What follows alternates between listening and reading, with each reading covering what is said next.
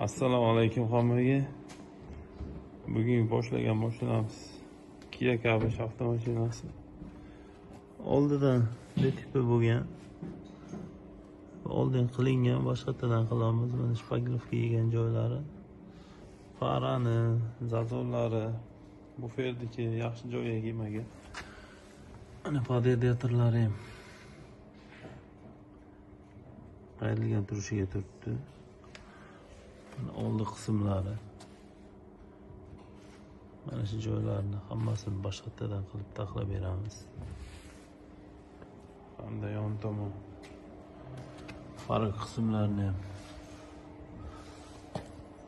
taxlab beramiz. Mana farq qismlari. Mashina o'zi yangi mashina.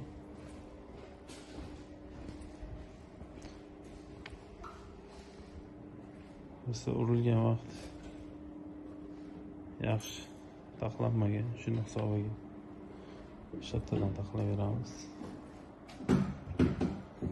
Mana bu zazorlarni ham keltirib beramiz, xudo xohlasa.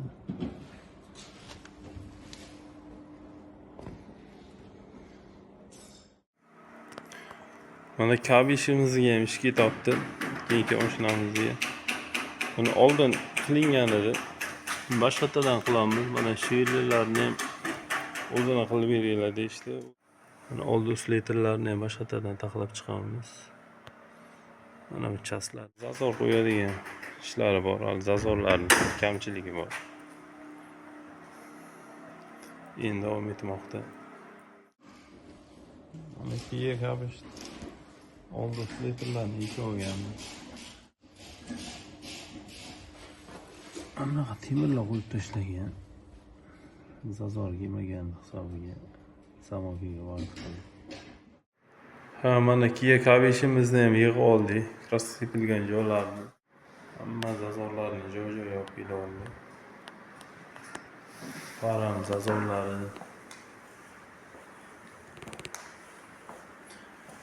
polirovka ham birinchi etap, ikkinchi etaplari o'tilgan, endi 3-etap qoldi. Kecha ulgura olmadik. Endi bugun o'tamiz. Bu jarayonlarni ham qo'yib boramiz. Ikkita etapga ham normal effekt bergan. Keramika qilguncha, ayniqsa keramika qilguncha o'shancha men maxsus xonaga mashina olib kirib olganmiz. Polirovkaga ortiqcha chang, har xil nimalar bo'lsa ham yaxshi chiqmaydi, effekt yaxshi chiqmaydi. Toza xona bo'lsa yaxshi. Keyingi jarayonlarni ham qo'yib boramiz. Mana K5'imizni ham shuni tiklatib oldik. Zazorlarga e'tibor berasizlar qo'ldan kelgancha. Polirovka, keramika ishlarini ham qildik. 3 etapli polirovka qilingan. Effekti normal chiqdi.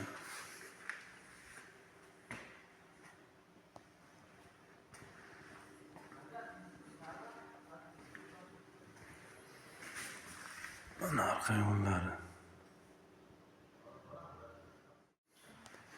Qanchalik yaxshi keramika ishlatib, polirovka zo'r chiqsa, effekt shunchalik yaxshi bo'ladi.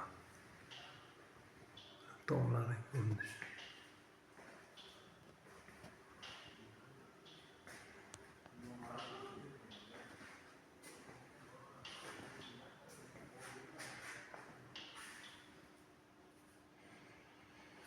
Xizmatlar kerak bo'lsa bemalol aloqaga chiqasizlar. Sog' bo'linglar.